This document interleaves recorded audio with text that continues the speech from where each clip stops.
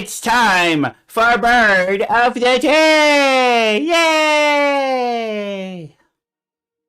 Oh, folks, it's Bird of the Day. We got a good one today. We got a good Bird of the Day today. So this bird, one I wasn't too familiar with, not one that lives anywhere close to where I live. They're a fascinating bird. They're a beautiful bird. This bird we're going to tell you about is the southern ground hornbill. Yeah, we're doing a hornbill. Check out this hornbill. That's a cool looking bird. Black and red. Yeah, badass. This is a bird designed by a 13-year-old edgelord. That's right. Those birds that were flying around earlier in the game kind of look like hornbills. Very similar beaks. I was going to say hornbill. I was like, oh, I want to spoil it. Don't want to spoil it. Yeah, that's what we got. We got a hornbill. Check them out. Check them out. Cool bird. Cool bird. Let me tell you a little about southern ground hornbill. So, they're big birds. Oh, yeah, these big birds. You know, just under 3 feet to just over 4 feet long from tip of beak to tip of tail. It's a pretty big bird.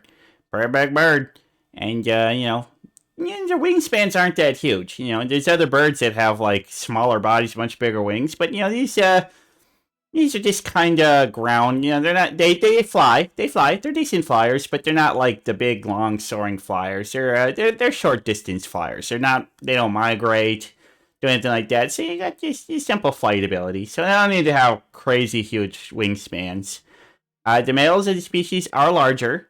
So you'll find that the females are 4.9 to 10 pounds, and the males will be 7.7 to 13.7 pounds. So he's a big boy. 13-pound bird. He's a big bird. They're very long-lived. They live over 30 years on average. And, that's like average lifespan. They say that wild ones, the longest recorded in the wild they found was up to 70 years old. Not 70, 50 years old. 50 years old in the wild. But had one in captivity. It lived up to 70 years old. So he's a very long-lived bird. Very, very long-lived bird. These birds get good long lives out of them. Good for them. Good for them. And as you can see, they find themselves in the southern region of Africa. They're an African bird. So you see there in those countries there. I believe we got Tanzania. I think we got Zambia. Bits of South Africa. A little bit of Kenya up there at the top. I wish I knew my African geography better. But yeah, it's good countries. Good countries. Beautiful area. It's picked a very nice place to live. Nice warm climates. That's what they like. So, these birds, neat thing about them, they're very social birds. They hang out in groups. Usually groups between 5 and a dozen of them. So, not big flocks, but they hang out. But they're birds that are very cooperative breeders.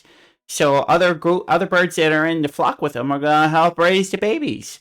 Help them get food, kind of teach them how to be a bird.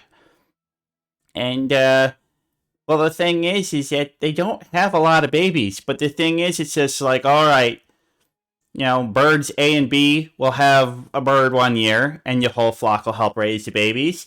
And then 2 other ones will have a baby next year, and the other ones will help raise. And so it's kind of it takes a village. They're like, all right, whose turn is it to have babies? Oh, it's Deborah and Jake. All right, they're gonna have babies this year because Sandra and Bob had their baby last year. So it's kind of thing like that. And they've actually found that baby birds who, when because they don't have babies until they're fully grown at 3 years old. But they found that it's usually not until they're 6 to 10 years old before they finally have their first baby. And they found that, birds who don't aid in raising chicks at that 3 to 6 year old thing, if they don't take an active part in helping to raise other babies, then they almost certainly never have babies of their own. So it's a really, really unusual way of raising baby chicks. One that I don't think I've seen anywhere else in the bird world. I think I kind of like it. The only problem with this is that Well, I mean, a lot of little passiform birds, their whole thing for survival is let's just have as many babies as we can, and if 10% of them survive, then we're coming out ahead. These ones are more like, all right, we're only going to have a couple babies, but we're going to put the entire flock's resources into making sure these babies grow up. So it ends up being, you know, less babies, but more likely to survive babies. Although, they still, newborn babies here still don't, little hornbills, they still don't have a great survival rate. Drink some water. Okay, I'll drink some water. Do I sound a little parched? Maybe. But anyway, their babies have a higher survivability rate in the first year than most other birds do, but it's still not great. It's still only a little over 50%. But they're getting endangered. But there's been some real stuff to protect them. They apparently sleep in the same region at night, but then they're very quiet birds. They don't make a lot of noise. Most of the time, you're not going to hear them. But in the morning, they're like, ground bells, assemble! And they inflate that big pouch, and it makes like a sound that you hear, and it's just like a big call. No, it's not like that, Rodney. No, Rodney. Yeah, I know you're inflatable, but that's not exactly the sound they make. Okay, Rodney. Okay. Anyway, so yeah, they make a big call in the morning, and it's just like then they assemble for breakfast meeting or something. It's kind of cool. They found that they make noise in the morning, and after they make those noises, they all seem to flock up together. So that's kind of interesting. Now here's the thing. This bird, it's maybe one that we hear too much about over in the United States or even up in Europe, but it's actually an important bird in a lot of different cultures there. And so, all these things that I'm listing, this isn't true for all peoples of the region because there's so many different groups and cultures down there that all of them have something to do with the hornbill, but not necessarily the same thing. So these are just a list of some of the ways that they've been considered parts of cultures, and not all of these are true of any one, and not all of these are true of all of them. It's just some of the beliefs they have. So these birds have been widely associated with evil and death. I mean, come on, think about it. It's a black bird with a red face. I mean, it's like a devil bird. He's a creepy bird. I almost should have saved these guys for October now I think about it. But yeah, they kind of have that association with evil and death. Like this is one group of African tribesmen that said that if an elderly person is living and one of these hornbills comes up to their house, then that means that old person is going to be dead very soon. But here's the thing: is like they're the harbinger of doom, but they say that you never want to kill or harm one of these ones because they're like servants, and if you kill them, then you are going to like incur the wrath and it's like, hey, don't mess with the evil birds, because if you mess with the evil birds, then evil will come upon you. So it's best to just leave them alone. But it's also said that they can like predict the weather. So like when they do certain things, they show up. It can be like a predictor of rain. And if they're in areas, then it's like, oh, don't kill them, because if we do that, then we might not get the rains that we need. And it's stuff like that. Just like so many cool little associations with so many different tribes, and I can understand why. I mean, they're very cool birds, very noticeable birds. So of course there's going to be a lot of folklore that has to do with them. Folklore is fascinating. Every culture has got some really cool stuff, and I love when birds get incorporated into folklore. It's really cool stuff. So, I mean, there's a lot of stuff out there, far more than I could cover in there. But if you want some more research, just check up and do some articles. There's some good articles on the southern ground hornbill about its cultural relevances and some folklore tales around it, and it's really fascinating stuff. I should recommend you look out. It's really cool. Learn about some of that African culture, because they got some really cool stories around it, and it's definitely worth learning.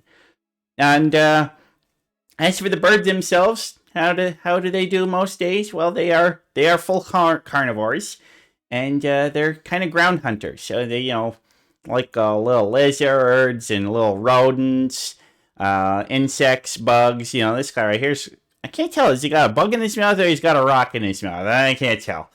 But he's doing nice things. And yeah, so I think occasionally, if they're like super starved for food, they can eat like other nuts and grains and stuff, but they prefer not to. So it's like, yeah, they're technically omnivorous, but like their diet's like 95% carnivorous. That's just how they do. They're good hunters, but they are ground hunters. They don't fly and swoop like some birds of prey. They're more like, I'm gonna, I say birds of prey. You think about it? Most birds are birds of prey if you count insects as prey. I mean, most birds eat other animals. There's very few pure vegetarian birds. Not too many of them. Oddly enough, as we say in the Dracula parrot, is an almost entirely vegetarian bird. And of course, there are good friends, goldfinches. Had some goldfinches on the feeder today. I was so happy. They were so cute. But yeah. What are my thoughts on the southern ground hornbill? I really like these birds. I think they're great. They got some really cool looking beaks. I love that black and white plumage with the red. Oh, it's good color scheme. Really good color scheme. Kind of looks like Lampy's goth color scheme. Lampy, are you secretly a hornbill? I think you might be. I like it. They're good birds. They seem pretty smart. And I always say one of my favorite aspects of a bird is birds that have really good community and are friendly, and the whole non-parents help raising chicks is I think that's great. I think it's great. You kind of want to be? Well, Lamp Devil, maybe we can make you an honorary hornbill. You're a pretty cool bird. You're a pretty cool VTuber. I like that. So yeah, I give these guys some pretty high marks. I like them. Yes, very excellent bird. They are quite an excellent bird. And like I said, this is one of those birds I really recommend you do a little bit more research on. Check out a little bit more about them because they're fascinating birds with fascinating folklore around them. Really like it, and so yeah, go check them out. Really good bird. So we're gonna call this bird of the day done for the day. And yeah, so if you're watching this on YouTube, please hit that like button and give me a little subscribe and maybe even a little comment because the algorithm likes engagement. Because we must pray to the holy algorithm. And yeah, come check me out on Twitch. All the links and stuff are below. But we're gonna call this bird of the day done. You all have a wonderful day.